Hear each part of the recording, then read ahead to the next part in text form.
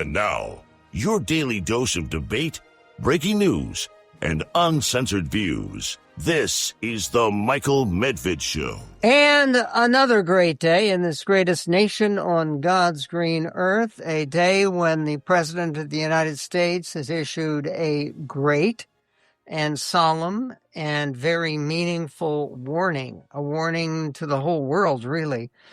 President Donald Trump warned that he is close, that's his word, to deciding about launching what he described as a, quote, massive attack on Iran, as if we haven't had massive attacks before in the many months of this ongoing war. President Trump said the regime hasn't received enough pain yet. Ouch. Speaking exclusively to Axios reporter Barak Ravid in a short interview today, President Trump said he was considering military strikes that would surpass those carried out during Operation Epic Fury at the outset of this campaign, but he stressed that he had not yet made a final decision. I am considering a massive attack, the president said, bigger than ever before. I am close to making a decision. We are all set for it, President Trump said. Well, I guess there goes the element of surprise. There may be some surprise on Capitol Hill because the U.S. House has now voted to halt President Donald Trump's war in Iran. Absent congressional approval, the latest repudiation by lawmakers of the president's handling of the conflict. 4 Republicans voted with Democrats in support of the measure, which was brought forward by Democratic Representative Pramila Jayapal of Seattle, one of the most left-wing members of the House of Representatives. The vote was 214 to 208. Republican Representatives Thomas Massie, who is leaving the House, he didn't clear his primary, Brian Fitzpatrick of Pennsylvania, Tom Barrett, and Warren Davidson, they all crossed party lines to support the resolution. The House resolution amounts to a significant rebuke, says CNN, but even if it is passed by the Senate, which is doubtful, it would not compel the administration to end the war. Concurrent resolutions, which are not presented to the president for signature or for veto, lack the force of law. The Senate will vote later today on its own effort to rein in Trump's war powers in Iran, and we will keep you posted. Meanwhile, CNN is reporting that Iran-backed Houthis, those are the rebels in Yemen, bloodthirsty and some big supporters and co-workers with Iran. They claim to have struck 2 Saudi oil tankers in the Red Sea, days after announcing a naval blockade of Saudi ships. Meanwhile, Trump has vowed to bomb and destroy a bridge or a power plant, one for every time Iran targets a ship in the Strait of Hormuz. Now, this is not an attack in the Strait of Hormuz. It's an attack closer to Yemen, closer to the Red Sea. But the idea that he has threatened ongoing attacks for the Iranians, would that count to attacking the Houthis in Yemen? And meanwhile, they are attacking these Saudi oil tankers at a time when Saudi Arabia and President Trump have just about reached an agreement on us helping Saudi develop their own nuclear capacities. Now, it's supposed to be peacetime nuclear power, but still, It means that the most powerful militarily of the Arab states may be getting some advance and help with their own nuclear weapon, that courtesy of the Trump administration and the United States of America. Meanwhile, the deal between U.S. and Saudi Arabia to help the Gulf Kingdom develop nuclear energy is dependent, says the BBC, on Riyadh recognizing the State of Israel, which would be, after 76 years of independence for the State of Israel, 77 years actually, don't want to make it Israel any younger than it really is. But after all those years, with no major Arab states except for Jordan and Egypt to actually recognize that Israel even exists, President Trump has said the civil nuclear deal, there would be no enrichment of nuclear material.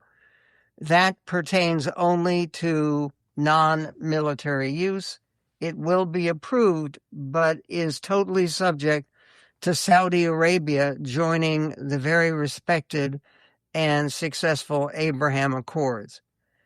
This would be a wonderful thing. It would be something that provokes a great deal of celebration and reassurance to the people of Israel. I mean, I can tell you because many of those people of Israel are my family. My brothers, as people know, has lived in Jerusalem for going on 60 years. In any event, the Saudi Arabia joining the very respected and successful Abraham Accords, Trump made the statement on his Truth Social account.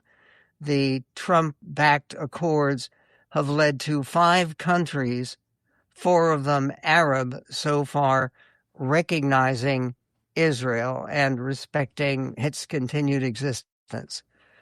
President Trump, meanwhile, expressed his frustrations with stalled negotiations.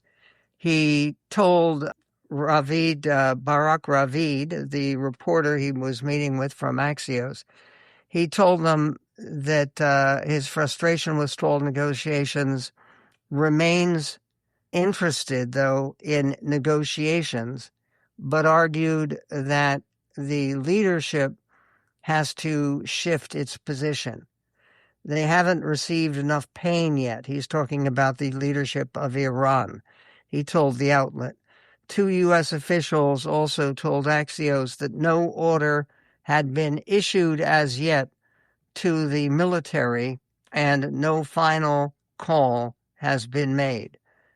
Meanwhile, in the other war front, the Dispatch is reporting that independent Russian news outlet Verstka reported that Russian soldiers, the forces at the front in occupied Ukraine and in border areas near Kursk, cannot get enough fuel to power their generators or fill up their cars and are forced to buy gasoline from local Ukrainians near their positions at significantly elevated prices.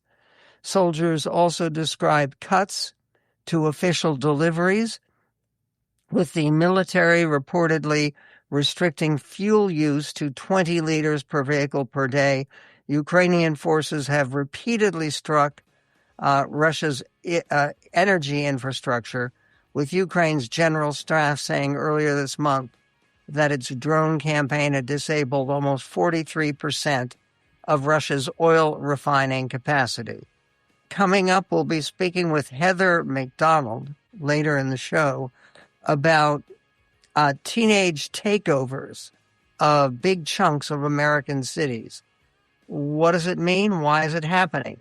That and more coming up on the Medved Show.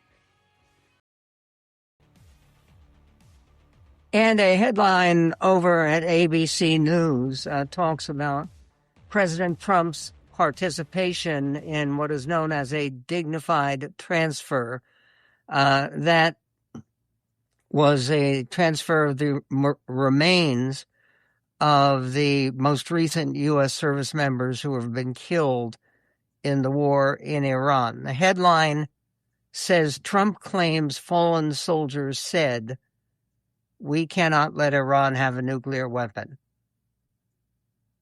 Is there any actually record of these fallen heroes having said those words? There was plenty of record of President Trump's pronouncements on this occasion and the way he spent yesterday. The president attended a dignified transfer, that's the official name for the ceremony, at Dover on Wednesday, yesterday. President Donald Trump traveled to Dover Air Force Base in Delaware to attend a dignified transfer of U.S. service members killed in the war in Iran.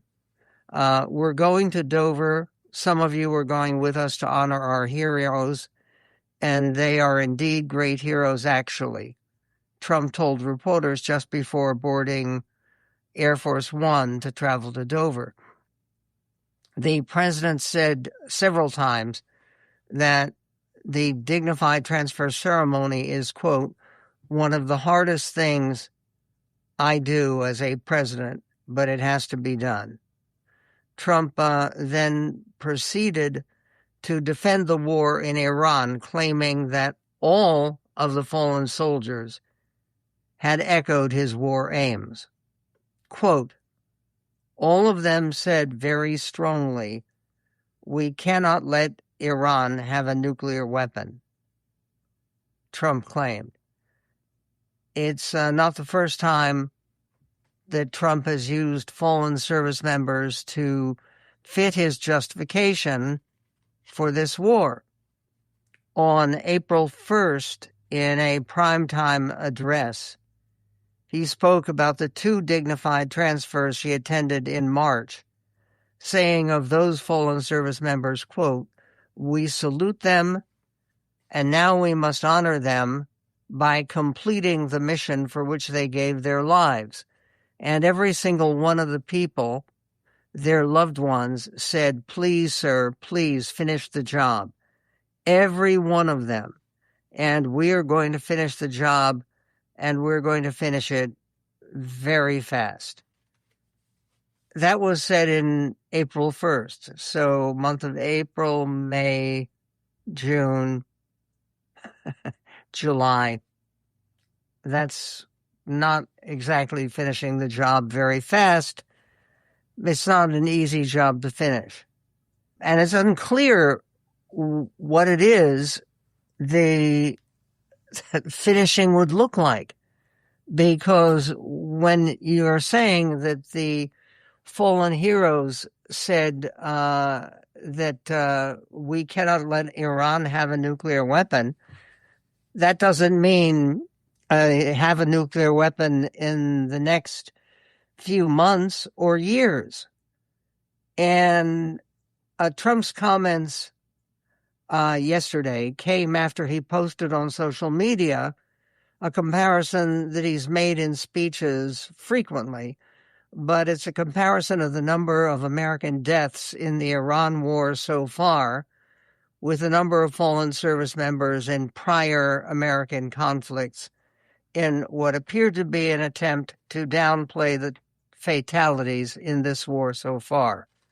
And you do that by putting up the number of Americans who've died in the Vietnam War, where you're talking about close to 50,000, or the Korean War, where it was above 30,000, or the wars in Afghanistan that went on, or the handling of Iraq, or more. It's not a wholesome thing that President Trump belittles the sacrifices of the American forces in Iran by comparing them to other warfare experiences. And by the way, the striking number, and this was featured in the Wall Street Journal today, is that Yes, even though there have been few killed in action. Do you know how many Americans have been wounded? And many of those wounds, most of them are very severe.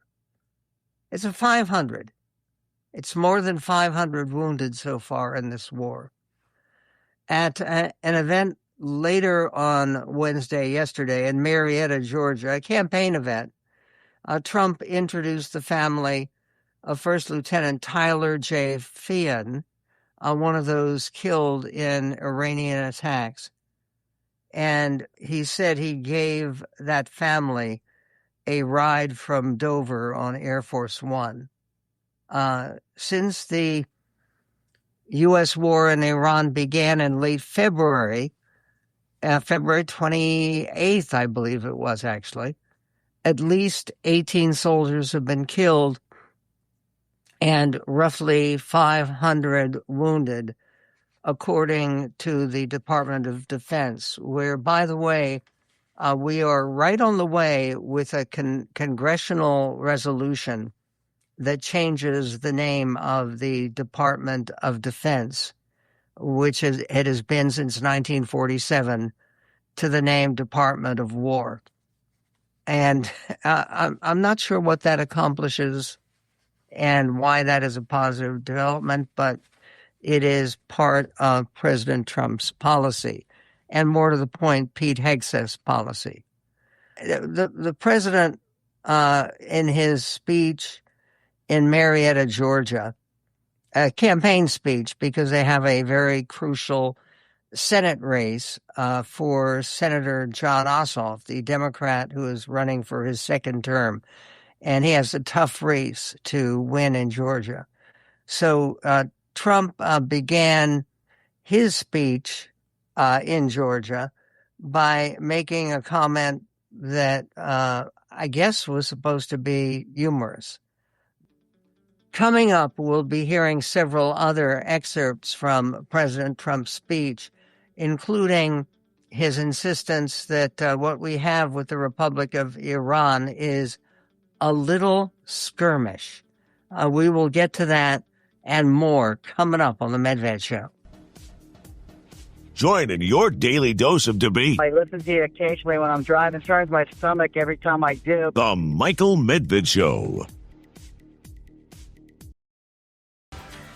And on the Michael Medved Show, what President Trump posted on his website yesterday. And yesterday is a significant day because President Trump actually participated in the dignified transfer of remains of soldiers who had given their lives in this most recent war in Iran. And President Trump couldn't resist posting on his Truth Social website that Afghanistan war, 20 years, 2,000 dead. Iraq war, 9 years, 4,600 dead. And I'm not even sure how he gets those numbers on Iraq because, of course, we had several conflicts involving Iraq over many years. He says 9 years, 4,600 dead. Vietnam War, 19 years and 5 months, 58,220 dead. And yes, they are commemorated on the Vietnam Memorial in D.C. Korean War, he lists 3 years and 1 month, 36,574 dead. Venezuela War, 1 day, 0 dead. And the Iran military conflict, he puts down 4 months and 18 dead. And that's why he seemed to be set on diminishing the seriousness of the ongoing war in Iran.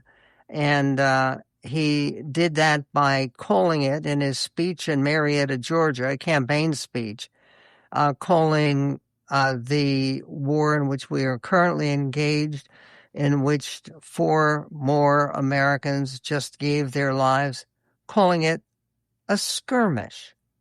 This is President Trump's speech, clip 1. That's with this skirmish we have going on. I call it a skirmish. This is with this skirmish we have with the Islamic Republic of Iran. And I call it that because, let me tell you, they're getting hit so hard and they want to make a deal. But I say they're not ready to make a deal. Because every time they make a deal, they want to change it and everything. They're not ready. They'll be ready very soon. And how much more will it cost America in terms of lives and wounded? 500 wounded so far in the little skirmish in which we are engaged. And the cost in money. The cost so far, according to Pete Hegseth, the Secretary of War, Pete Hegseth says it's $37.5 billion so far, and almost everyone said that is clearly an underestimate. Bill Kristol had a response to the president's most recent comments. He posted on his X account, earlier today, Trump attended the dignified transfer ceremony at Dover. That's Dover, Delaware. Disgusting for the commander-in-chief to call the war he initiated, in which these service members died, a skirmish. And during his speech, there were other weird moments. There is one that, to the very best of my knowledge, has no basis in reality at all. And it indicates that the president may be losing control of his own public utterances. This was President Trump talking about communists and their plot to blow up Mount Rushmore. Here's what the president said. This is clip 7. The radical left is actively trying to destroy our children's future with the disaster known as communism. It's communism. This isn't a social democrat. These are communists by another name, right? As I said in my recent address at Mount Rushmore recently, I don't know if anybody saw it, such a beautiful place. You know, the communists want to take it down. They try taking Mount Rushmore down. They want to blow it up. They want to take it down. They shouldn't be up there. These people are crazy. But communism is, in my opinion, communism is the single greatest threat to our country and its history, including even World War I and World War II, Pearl Harbor, 9/11. I think it's the greatest threat that I've ever seen to our country. These people are stone cold crazy. He's talking about people like the left wing of the Democratic Party. By the way, I despise some of those left-wingers, people like Zohran Mamdani, more about him later, the mayor of New York, who wants to arrest, in behalf of the International Criminal Court, he wants to arrest the Prime Minister of Israel. And there's actually a scholarly legal piece that said if he ever tried to do that, it would be Mamdani who goes to jail and gets arrested for breaking federal law. That's a piece by Mark Thiessen. We will get to that on the Medved Show. But this idea that there are people right now who want to blow up Mount Rushmore, and again, is communism still a danger? Much less so than it was when the Soviet Union was part of a true international movement.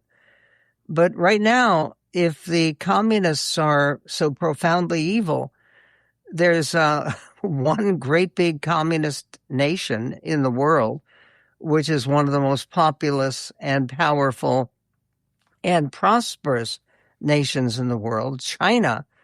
And President Trump has no problem, though these people are crazy, they're just crazy, they're evil. Okay, he has no problem making economic deals with them. and trying to deliver on some of his economic promises. And during the height of the Cold War, when it came up to blowing up national symbols before the original attack on the World Trade Center, where they tried to plant bombs there, other than that illustrating it was not the communists, but Islamic extremists and Islamic radicals who started blowing stuff up. But again, the idea of a plot to blow up Mount Rushmore, maybe that could have been a sequel or a prequel, maybe even better, to Red Dawn. Remember that movie? And there are more dangers that President Trump wants to warn us against, not just commies, not just communists, but in his point of view, there is a profound danger to the country from the judiciary. What flavor of the judiciary? Obama judges. He also talks about a Hollywood reference regarding Pinky Herman. Who does he have in mind there? We will get to that and more highlights of President Trump's a very colorful address in Marietta, Georgia, a day after the dignified transfer in which he presided in Dover, Delaware. That and more coming up on the Medved Show. Entertain your brain. Just sit back and enjoy the show. Every day on the Michael Medved Show.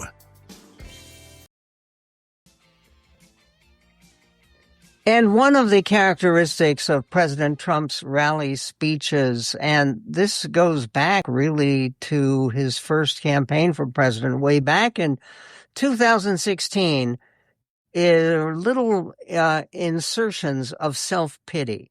The idea that he is a victim, that he is somebody who has suffered a great deal from injustice. And what is the source of that injustice? Well, President Trump proclaimed to a rally crowd in Marietta, Georgia, that the biggest problem in terms of our justice system is you don't have a chance in front of Obama's judges. Here's what he actually had to say, clip 20. And the rogue judges, you don't have a chance in front of these people.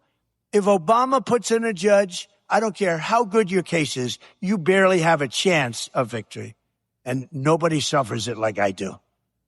I get an Obama judge. First thing, who appointed the judge? Barack Hussein Obama. Oh, that's a problem.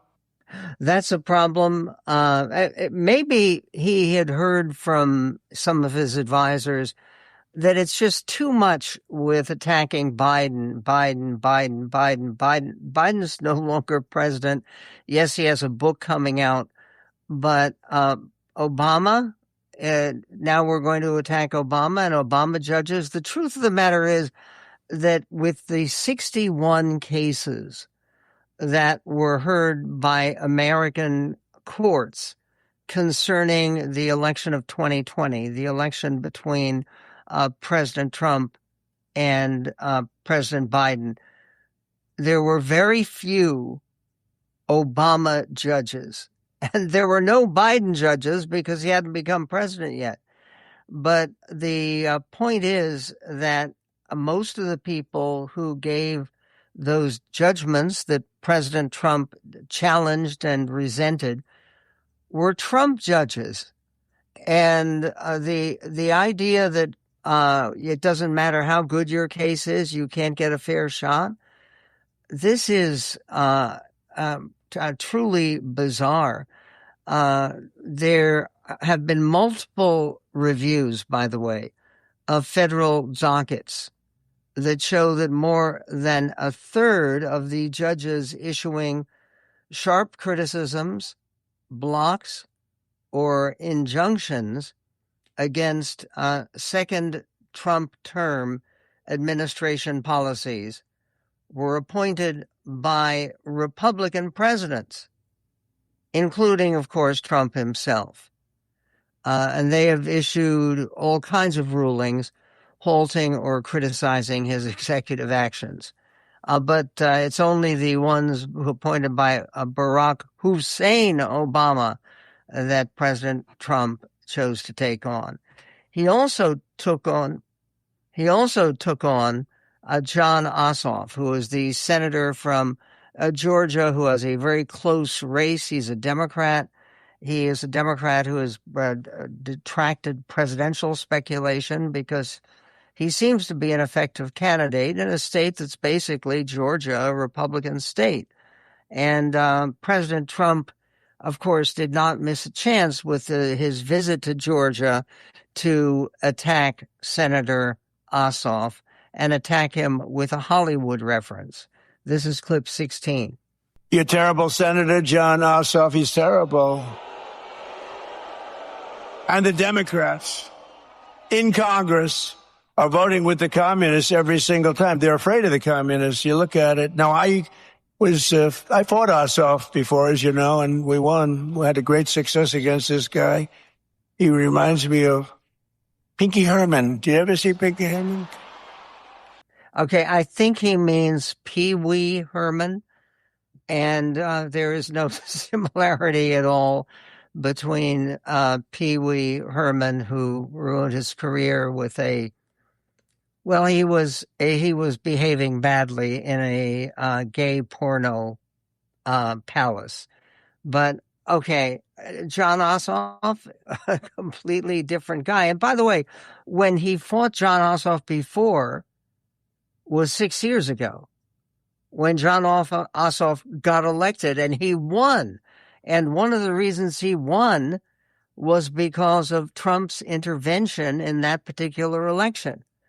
And then President Trump also said that there were glories ahead concerning the GOP Trump administration health care plan, despite the fact that nobody knows exactly what it is. This is clip 15. We will pass the great health care plan. It's called our great health care plan. That's the name of it, to stop all payments to big insurance companies and give the money directly to the people so they can buy their own health care, which will be much better, and you will save a lot of money. It will be much better and you'll save a lot of money.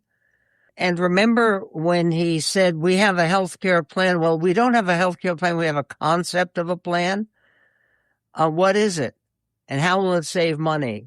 He also has fears of new states that would destroy the country if the Democrats win.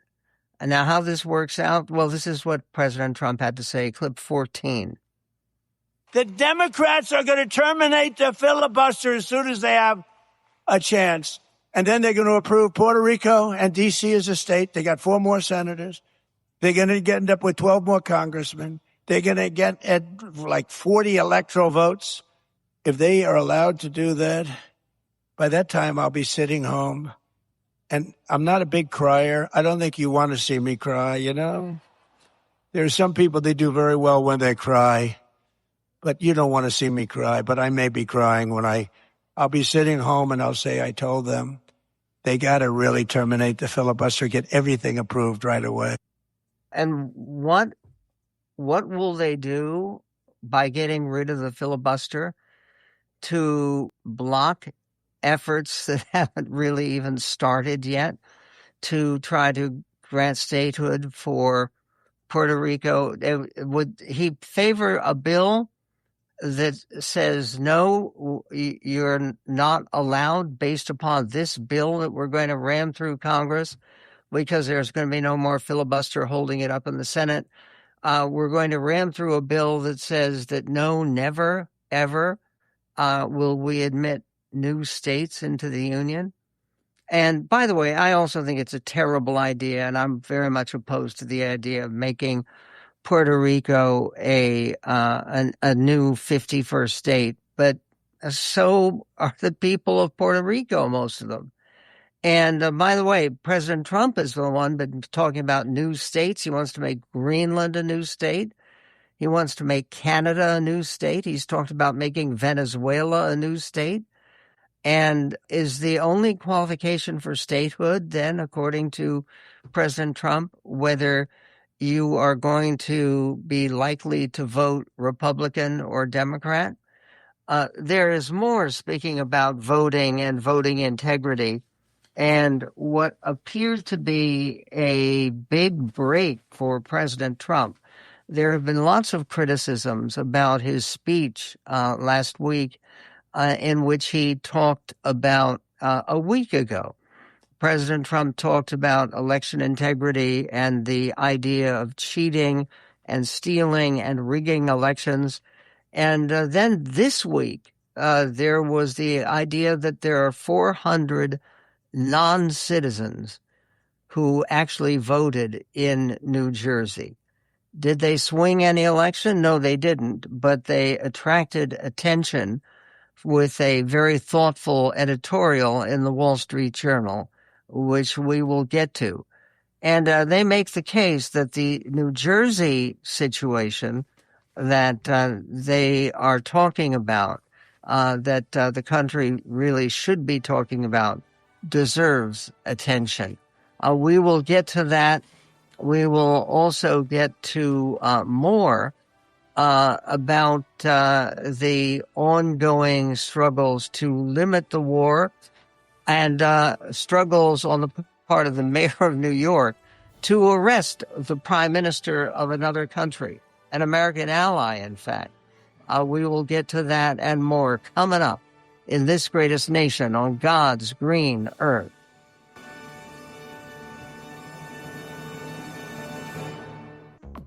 The Michael Medved Show. Listen, Nationwide listen, and around the world at michaelmedved.com. and listen.